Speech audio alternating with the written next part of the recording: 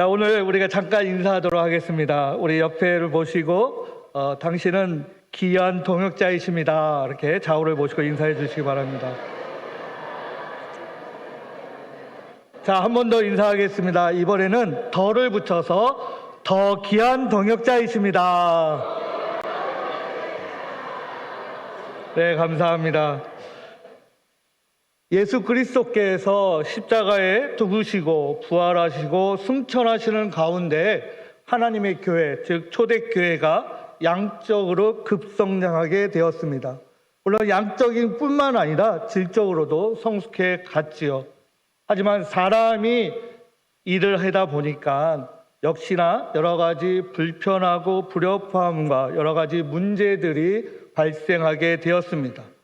그리고 그 발생하는 문제들을 조금 더 효과적으로, 효율적으로, 그리고 많은 사람들이 받아들일 수 있도록 여러 가지 의견 가운데, 즉 사도를 세우고 일꾼을 세우는 그런 의견들이 나오게 되었습니다. 특별히 사도를 세우는 데 있어서 하나님의 말씀을 전파하는 것과 그 일에 더 힘을 쓸 수 있도록, 본연의 임무에 더 열심을 낼 수 있도록 7명의 집사를 또 선출하게 됐고 선택하게 됐고, 그로 인해서 자잘한 여러 가지 문제들이 해결되어지고, 그리고 교회는 다시 한번 큰 부흥을 맞이하게 되었습니다. 즉 하나님의 일꾼을 세우는 목적은, 사도를 세우던 7 집사를 세우던 가장 큰 목적은 하나님의 교회를 위한 것이라는 것이죠. 그럼 일꾼의 자격은 무엇입니까? 성경에 여러 군데 나와 있지만 첫 번째로 성령이 충만한 사람이죠.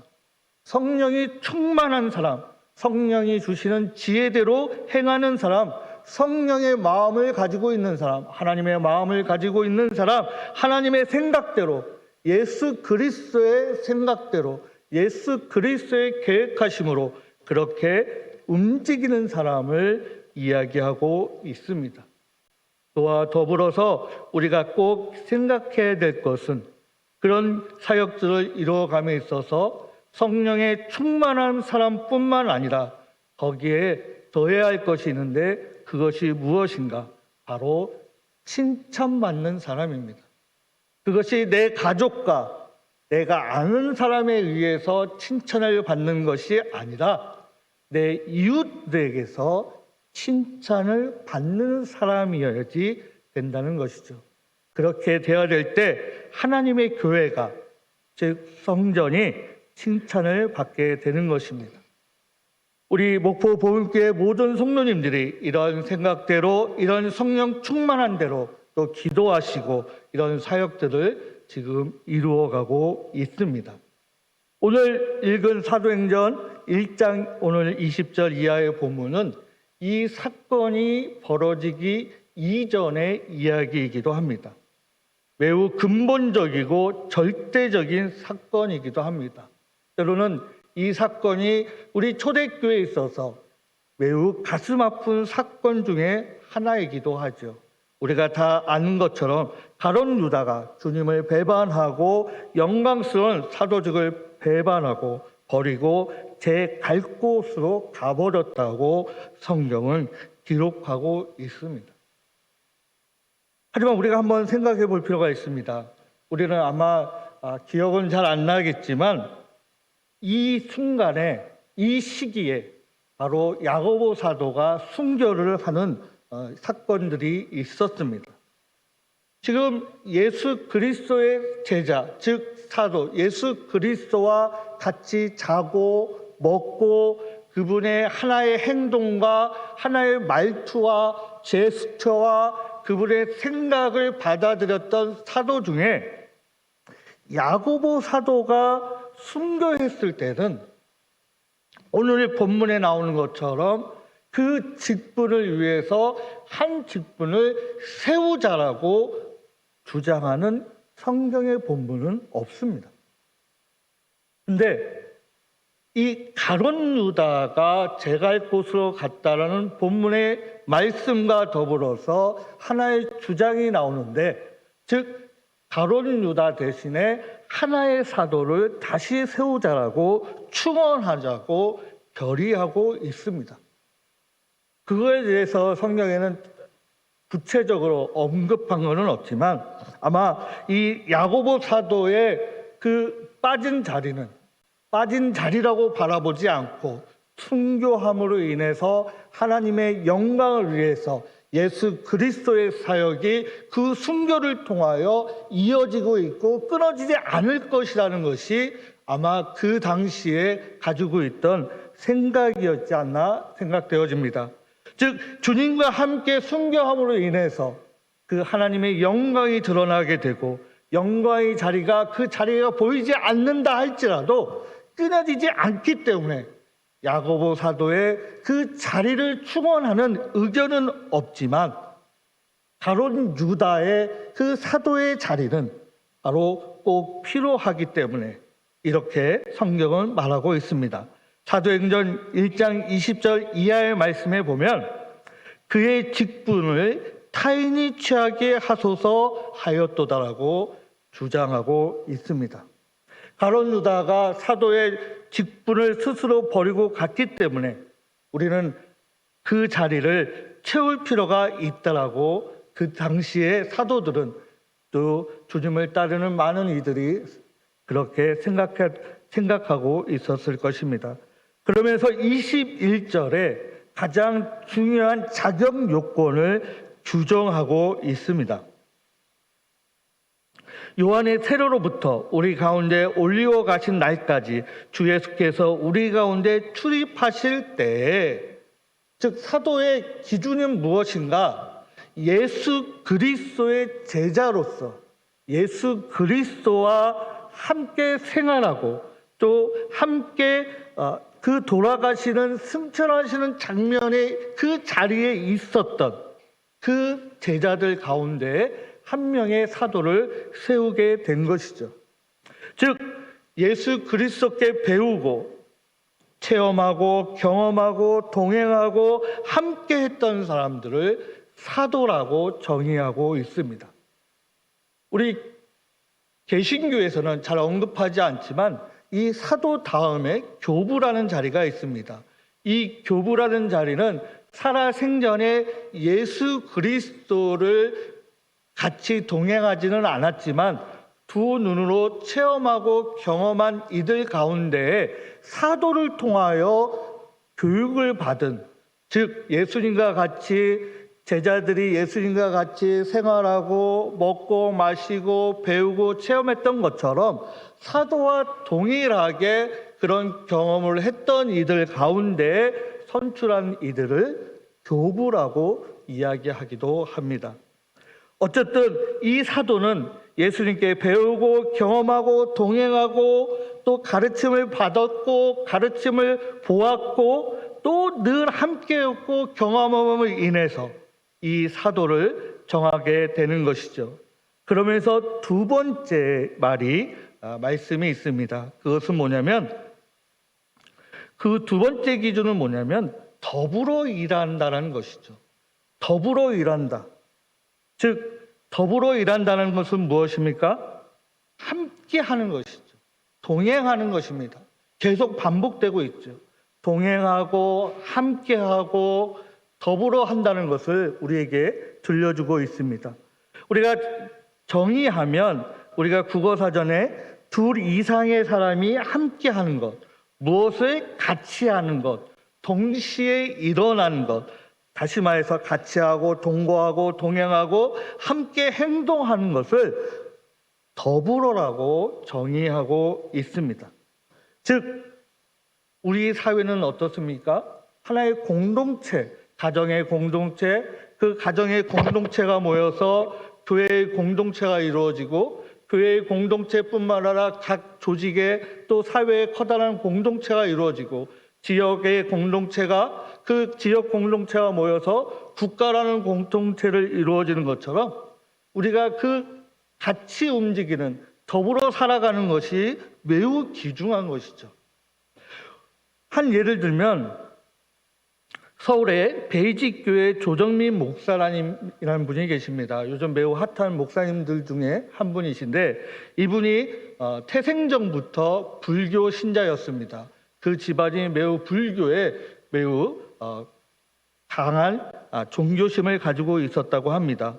이분은 MBC 방송국에서 기자도 하고 특파원도 하고 앵커도 하고 아나운서도 하고 또 나중에는 MBC 사장을 하기도 했던 분이기도 합니다. 어느 날 이분이 이제 회심해서 교회를 열심히 다니게 됩니다. 그래서 밤낮 없이 교회를 다니니까 모태신앙인 아내가 당신은 왜 밤낮 없이 교회만 가냐고 야박하게 야단을 칩니다. 이해가 안 되시죠? 우리 권사님들 남편이 그렇게 교회를 열심히 가고 밤낮 없이 가고 새벽도 가고 저녁도 가면 많이 부러우실 텐데 지금 이 조정민 목사님이 사모님이신 그 아내는 야단을 칩니다.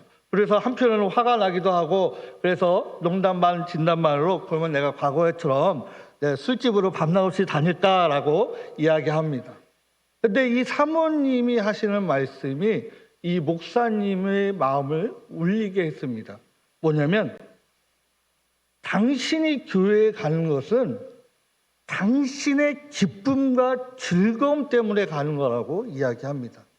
이해가 되십니까? 교회를 지금 기뻐서 다니고 즐거워서 다니는데 교회는 사실 기뻐서 다니고 즐거워서 다니는 것이 아니라고 반문하고 있는 것이죠. 교회는 하나님을 기쁘게 하기 위해서, 하나님을 즐겁게 하기 위해서, 예수 그리스도를 즐겁게 하고 기쁘게 하기 위해서 다니는 것이죠. 그러면서 본인이 기도하는 가운데 깨달은 것이 있습니다. 나는 교회를 열심히 다니고 있는데 그래서 지금 교회의 평판이 조정민 이 성도가 굉장히 믿음이 신실해졌다, 대단하다 이런 와중 속에 본인이 그 가운데 있었는데 본인이 기도하는 가운데 뭐냐면 내가 교회를 그렇게 기쁘게 다니고 열심히 다니는데 내 가족이 즐거워하는 것을 한 번도 생각하고 있지 않았다는 것입니다. 내 자녀가 지금 무엇을 하고 있는지, 지금 어떤 상태인지, 내 아내가 무엇을 좋아하는지, 지금 어떤 마음을 가지고 있는지를 전혀 고민하지 않고 나만 그냥 신나게 교회를 다니고 있었던 것이죠. 그것이 올바른 신앙인의 모습일까? 우리는 한번 고민해 볼 필요가 있습니다. 교회는 예배만 드리는 것이 아닙니다. 우리 조직 신학자들이 교회를 정의할 때, 성경은 교회를 정의할 때 첫 번째 예배를 드리고 그리고 선교와 전도를 해야 되고 교육을 받아야 되고 가르쳐야 되고 봉사와 구제를 해야 되고 친교를 나누는 것이 교회라는 것입니다. 단순히 예배만 드리는 것, 단순히 모이기만 하는 것, 단순히 놀이만 하는 것, 단순히 구제만 하는 것이 교회가 아니라 이 5가지의 톱니바퀴가 잘 돌아가야 거기가 올바른 성경이 말하는 교회라는 것이죠. 다시 말해서 더불어 간다는 것은 나 혼자 열심히 믿는 것도 중요하지만 내 옆에 있는 사람의 사랑을 같이 알고 같이 더불어서 같이 동행하고 같이 동거하고 같이 행동하는 것을 이야기하고 있습니다. 그래서 초대교회에서는 자신들과 같이 했던 사람, 다른 곳에서 어떻게 살았던 사람이 아니라 우리와 더불어 일할 사람을 선택하자고 오늘 성경은 우리에게 말하고 있습니다. 우리가 IMF 이후로 점점 더불어 사는 것이 점점 줄어들고 있습니다. 매우 극단적인 개인주의가 이 세상에 퍼져가고 있죠. 그래서 우리가 더불어 일한다는 것이 매우 중요합니다. 교회는 혼자 일하는 것이 아닙니다. 같이 하는 것입니다. 같이 동행하는 것입니다. 함께 행동하는 것입니다. 물론 누군가는 뒤처질 수 있고 누군가는 앞서갈 수 있습니다. 누군가는 마음이 급해서 달려갈 수 있고 누군가는 마음이 좀 틀려서 끌어당겨도 천천히 걸어가는 분도 있을 수 있습니다. 하지만 중요한 것은 초대교회에서도 일꾼을 정하는 데 있어서 더불어 함께 했던 사람들을 선택했다는 것이죠. 우리는 예수님과 더불어서 또 목회자와 성도와 더불어서 또 선택받은 일꾼들과 우리 성도님들과 더불어서 같이 움직였을 때, 같이 나아갔을 때, 하나님의 인도함을 받게 됐을 때, 그때 그것이 바로 아름다운 교회의 모습이 아닌가 생각되어집니다. 그렇지 않게 됐을 때 교회는 불협화음이 생기게 되고 교회뿐만 아니라 사회도 역시 더불어 불협화음이 생기는 것이 아닌가 또 우리는 생각해 볼 수가 있습니다. 그렇지 않게 되면 안정한 사회가 아니고 평안한 사회가 아니기 때문에 불안하죠. 걱정과 근심이 나고 외국과 같이 밤에 장가리로 나갈 일이 되면 누가 나를 강도짓하지 않을까, 총에 맞지 않을까, 나를 위협하지 않을까, 그런 걱정과 근심이 있는 곳이라면 더불어 사는 사회라고 우리가 어떻게 이야기할 수 있겠습니까? 더불어 산다는 것은 결국 공감력이 있어야 한다는 것이죠.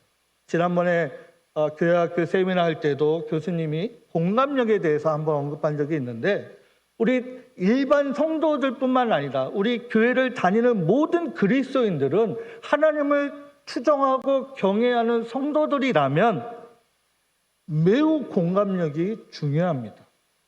우리 성도 하나가 가슴이 아파서 내 가족을 위해서 내 문제를 위해서 눈물 흘리고 가슴을 치면서 흐느끼고 있는데 저 사람은 왜 이렇게 기도하는데 시끄럽게 기도하지? 이러면 얼마나 삭막한 교회가 되겠습니까? 그 성도가 눈물을 흘리면 왜 눈물을 흘리는지, 왜 가슴을 치고 그렇게 기도하고 있으면 왜 가슴을 치고 기도하는지 우리가 같이 물어주고 또 말할 수 없으면 안아주고 함께 기도하는 것이 바로 더불어가는 신앙생활이지 않겠습니까? 그것이 바로 지금 하나님의 일꾼을 택하는 가장 중요한 것 중에 하나를 성경은 우리에게 들려주고 있습니다. 그러면서 세 번째로 예수의 부활하심을 증거하는 사람이 되어야 한다고 말하고 있습니다. 사도는 일꾼은 예수의 부활을 증거하는 사람입니다. 예수 그리스도가 십자가에 돌아가시고 3일 만에 부활하시고 승천하시고 이 땅에 재림하실 것을 믿는 사람이죠. 그리고 그것을 믿는 사람들이 바로 하나님의 자녀입니다. 다시 말해서 사도행전 1장 우리가 보는 오늘 사도를 충원하는 자격에 있어서 예수와 함께했던 사람, 더불어서 일할 줄 아는 사람, 예수 그리스도를 증거하는 사람을 우리는 사도라 하고 일꾼이라고 이야기하고 있습니다. 그러면서 자신을 나타내는 것이 아닙니다. 자신을 높이는 것이 아닙니다. 자신이 대접받려는 것이 아니라 예수 그리스도를 높이는 사람을 동역자라고 일꾼이라고 이야기하고 있죠. 그러면서 25절에 뭐라고 말씀하고 있습니까? 봉사와 및 사도의 직무를 대신할 자인지를 보시옵소서. 유다는 이 직무를 버리고 제 곳으로 갔나이다 하고 지금 봉사와 사도의 직무를 대신할 자를 선택해달라고 이야기하고 있습니다. 즉 사도의 직무, 즉 집사의 직무, 일꾼의 직무는 뭡니까? 다른 것이 아닙니다. 섬기는 것이죠. 예수 그리스도께서 이 땅에 오셔서 가난한 자와 약화, 고아, 가부를 위해서 오셨다고 말씀하신 것처럼 교회는 섬기는 곳입니다. 그 섬기는 각자의 방법은 차이가 있지만 가장 중요한 것은 무언가를 섬기는 것입니다. 그 섬김이 없다면 교회의 성도라고 자신 있게 고백할 수가 없는 것이죠. 누군가는 예배를 위해서, 누군가는 교회 성전을 위해서, 누군가는 여러 가지 이유를 가지고 하나님의 교회를 섬기고 있습니다. 하지만 이 섬김의 자리가 올바르지 못하기 때문에 세상은 교회를 향하여 손가락질하고 있는 것이죠. 사실 세상은 교회의 교리를 가지고 비난하지는 않습니다. 세상은 도리어 하나님과 이야기를 시작하는 것보다 예수 그리스도가 정말로 하나님이라고 고백하지는 않지만 성자라고 인정을 하고 있습니다. 그래서 교회의 교리를 가지고 비판하는 이들은 별로 없습니다. 그리고 교회의 예배 형태를 가지고 무엇이 진보적이다, 무엇이 보수적이다라고 일반 사람들은 전혀 언급하지 않습니다. 세상 사람들이 교회를 손가락질하는 대부분의 이야기는 세상 사람들도 받아들이지 않는 그런 일들을 교회에서 하고 있기 때문에 세상보다 더 부정직하고 부성실하고 더 부패했던 모습들을 보여주고 있기 때문에 세상은 교회를 필요로 하지 않기 때문에 교회를 손가락질하고 있는 것입니다.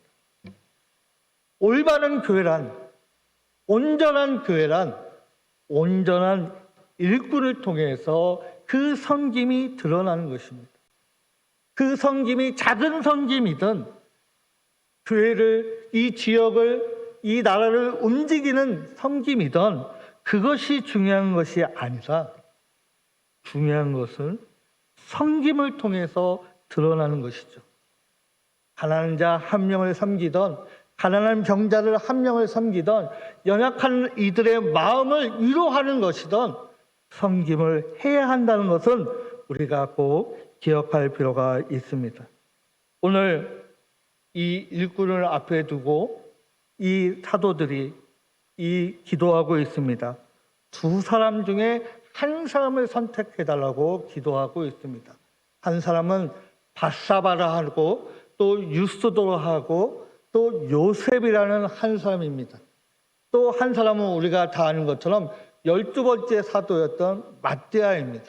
근데 결국은 누가 됐습니까? 마띠아 사도가 선출되었습니다. 하지만 이 마띠아 사도는 오늘 이 성경에 언급되는 부분 이외에 어느 곳에서도 언급이 되지 않고 있습니다. 아마 교회 역사가들이 추정하기로는 교회의 역할에 대해서, 거기에 주어진 직분에 대해서 어떤 충실하게 감당하지 못했다는 것이 대다수의 정설이기도 합니다. 하지만 이 유스도라는 이 인물은 사도의 직분에서는 선출되지 못했습니다. 하지만 이 유스도라는 인물은 사도행전 15장 22절 27절에 보면 바울과 바나바가 안디옥 교회의 중요한 문제를 가지고 예루살렘 교회를 방문하게 됩니다. 이방인이 교회를 섬길 수 있냐 없냐를 가장 중대한 문제를 가지고 왔을 때 이 예루살렘 교회가 회의를 하고 결의를 하고 그 내용을 통보해 주는 역할을 할 때 그 역할을 누가 했냐? 바로 유스도라는 인물이 했다는 것이죠.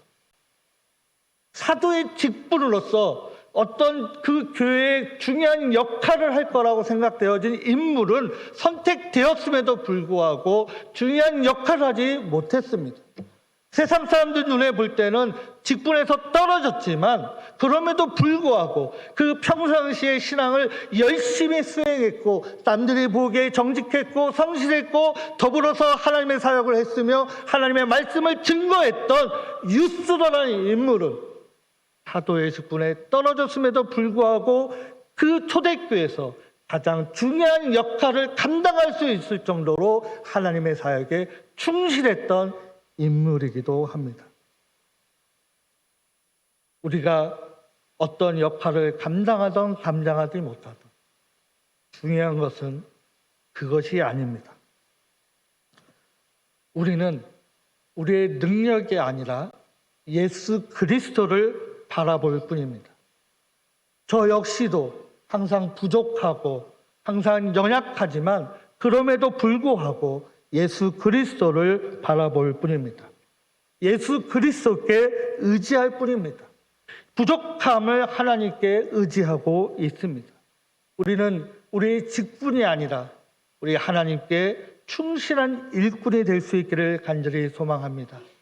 충실한 일꾼이 모여서 우리가 선교회를 이루어가게 되고 그 선교회가 하나님 앞에 헌신하게 될 때 하나님께서는 귀 쓰임 받는 그런 선교회를, 그 일꾼들을, 그 성도를 하나님께서는 칭찬하실 것입니다.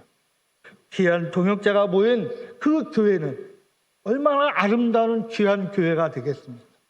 부족하든 부족하지 않던 그 교회가 그 귀한 동역자를 통해서 섬김을 받는 그 성도들은 얼마나 기쁨이 넘치는 교회가 되겠습니까? 오늘 우리 하나님께 헌신하는 이 자리에서 다시 한번 우리가 더 열심히 하나님께 헌신함을 인해서 이 하나님 나라에 확장되어지고 목포 보훈교회를 통해서 우리 성도님들을 통해서 세상에서 또 나아가서 이 목포시를 움직이고 영향력을 줄 수 있는 하나님의 성도님들이 되시기를, 또 선교회가 되시기를 간절히 축복합니다. 기도하겠습니다. 하나님 아버지 감사합니다. 오늘 사도행전 1장 20절 26절 말씀을 통해서 우리가 다시 한번 하나님의 동역자가 됐음을 감사드립니다. 하나님의 일꾼이 됐음을 감사드립니다. 우리가 예수 그리스도를 증거하고 복음을 전파할 뿐만 아니라 우리 성도님들과 더불어서 함께하며 함께 동행하고 함께 행동하고 함께 움직임으로 인해서 하나님의 교회가 확장되어지는 그 나라에 우리가 동참하게 하여 주시옵소서. 우리가 그 동참하는 그 자리에, 우리가 섬김의 자리에 우리 모두가 함께하게 하여 주시고, 그로 인해서 칭찬받는 성도, 칭찬받는 우리 선교회, 칭찬받는 우리 목포 보훈교회가 되게 하여 주시기를 우리 주 예수 그리스도의 이름으로 기도드립니다. 아멘.